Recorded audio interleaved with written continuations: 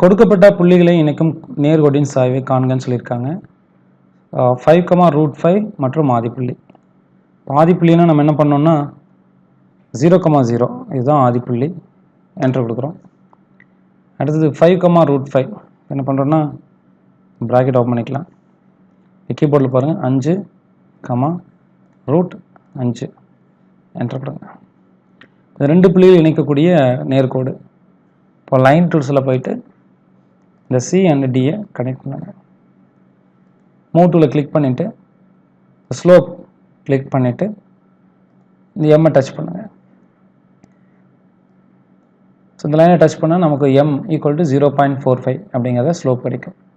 இந்த 0.45 அப்படிங்கிறதுடைய வேல்யூ பார்த்தீங்கன்னா 1/√5. அடுத்து வந்து பார்த்தீங்கன்னா sin θ, -cos θ, -sin θ, cos θ. இது தீட்டாவுக்கு நீங்கள் ஒரு பர்டிகுலர் வேல்யூ எடுத்து அல்ஜிப்ரிக்காவே நீங்கள் என்ன பண்ணிக்கலாம்னா சால்வ் பண்ணி காமிச்சிக்கலாம். ஸோ இந்த மாதிரி நம்ம ஸ்டூடெண்ட்டுக்கு என்ன பண்ணலாம்னா ஒரு லைனுடைய ஸ்லோப்பை ஸ்டூடெண்ட்ஸ்க்கு விசுவலைஸ் பண்ணி ஈஸியாக காட்டலாம்.